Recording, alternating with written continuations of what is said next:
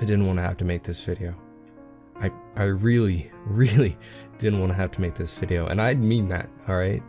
I'm not someone who likes to bring drama to the foreground. I don't like to even bring up drama. I don't like to talk about drama. I don't like to call people out in public spaces. I prefer to just deal with it to that person one-on-one. You know, there's no reason that I should have to bring this to light, but it's gotten to the point where I really don't have another choice because of just the circumstances and how everything's played out, and it's just gotten too much to handle, and honestly I don't know what else to do. So here I am making this video that I never thought I would have to make, and it just pains me because it didn't start out like this. It started out like just any other friendship that I thought I could trust this person, that I thought I meshed well with this person, and that I understood their intentions, that in this point in my life that I would be able to tell somebody's intentions. But I guess I was just wrong. Alright, and this might be a bit confusing, but just give me a second to collect my thoughts. I don't want to do this in multiple takes, but it's been a lot. So if I lose my train of thought, I apologize, but here goes. About over a year ago, I started making videos with somebody you probably know, Clumsy, the Clumsy King, link in the description, and it started off good, you know, like we meshed well. Like I said, we actually were pretty good friends, you know. I thought legitimately like it was more than just making collabs. We were actually friends, you know. We enjoyed making videos, we enjoyed playing together, and it was all, you know, fun games for a while. And I thought maybe we were just becoming quickly too good friends. Like he would take jokes a bit too far sometimes. He would kind of really push into certain topics and issues that I didn't really feel comfortable talking about, and it honestly just started going downhill really quickly. There was a point where I told him something in confidence that I didn't think that he would bring to light, nor keep bringing to light over and over again. I was having a bad hair day, and I sent him a picture, funny picture. Friends send friends funny pictures all the time, and I told him how it made my forehead look big and that people could see my big forehead vein, which I'm very self-conscious about and don't like talking about too much. Honestly, I didn't want to get this new camera because it shows it off too well, and I thought I was telling this to him in confidence and in secrecy, and he started just making jokes about it, which, you know, it's fine. Friends make jokes about other friends' insecurities all the time. It's kind of like an inside joke, you know, it's fine when it's between friends, but it quickly became a lot more than that, and it went a lot further than that because he started making those kinds of jokes in videos. And, you know, at first I was like, alright, it's content, it's funny, I guess. It hurts a bit, but afterwards he kept doing it, and I would tell him that it hurt a bit to be constantly ridiculed for something I'm so insecure about, and he just flat out told me he didn't care, that I should just deal with it because it's for the videos.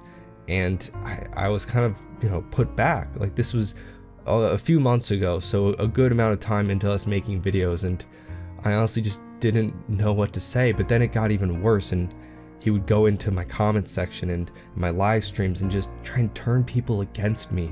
And that's what really hurt, was seeing the community here turn against my forehead in just such an outlandish way. Like, there was just so many people like talking about my forehead, pointing out my forehead vein, and I just didn't know what to do. He just wouldn't relent. Luckily, my girlfriend Taylor, she had my back, and after putting thousands of dollars of our own money into scientific research and a good study team, after weeks of research, we were able to mathematically prove that me and Clumsy have the same size forehead, which kind of just left me questioning things. Like, why would he go so far to do this? And then it kind of clicked with me that because we have the same size forehead, maybe he's projecting his insecurities on me and trying to make himself feel better about his own weird shaped head. I don't know. At this point, like, I was fine dealing with all of that. You know, if he's insecure about something, maybe it's just something we need to talk about one-on-one and just deal with it. All right, I wasn't gonna make this video if it just ended there, but it didn't. It didn't. At a certain point in making videos, I told Clumsy about this Australian boy that I'd found, an orphan, and that I was gonna adopt him and raise him because I felt like I could give him a better life. And you probably all know him. His name's Toho. He's a wonderful child. He's got a bright future ahead of him. And I told Clumsy before I even signed any of the paperwork that I was planning to do this.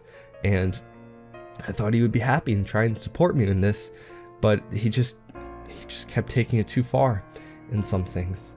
And he started making jokes about trying to win custody over Toho in just stupid ways, like in golf matches he's and just kids outlandish anyway. things like that. And I just thought he was still just joking. But at a certain point, I guess he wasn't, and he just took it a little too far, because you may know that Toho disappeared about a month ago, stopped making videos. Nobody knew where he was. I didn't know where he was. And then after a few days, after the search started, it kind of occurred to me what could have happened to him. But I didn't want to believe it. I asked Clumsy if he knew what happened to Toho, and he just kind of did his stupid dolphin laugh and told me that he had won custody in a golf game, so it was his right to take him.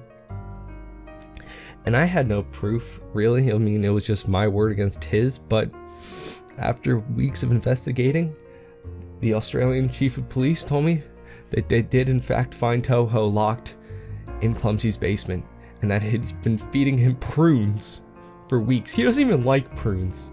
That might be the part that hurts me the most. He doesn't even know what Toho eats. He eats macas. He eats macas every day. Not prunes. I just don't understand why he would take him away from me after I told him in confidence before anyone else. And of course, I would have just let this be settled by the courts, but because I forgot that Australia doesn't have laws nor any kind of real prison, because the island itself is a prison, there's really nothing that they could have done to punish Clumsy. So they did get him released. They did get Toho released. He is safe and sound, and he's being shipped over to me in the United States on a cargo ship. He's in one of those bins. He's safe, okay? He's safe. He's on his way to me. But just the fact that for weeks I didn't know where he was, my boy Toho, and that he was eating prunes, it just hurts. It just hurts. I don't know really what to do, what to say, because really there's no repercussions. He stole Toho from me for weeks, and there's just really nothing that could have been done about it. I didn't know where else to go, what else to do besides bring this to light and let you all decide for yourself what you think of Clumsy, really. What was it, Jeremy? This is a shitty April Fool's joke? I never adopted Toho. Clumsy he didn't do any of those things, but we still have the same forehead, and he does laugh like a dolphin. Huh.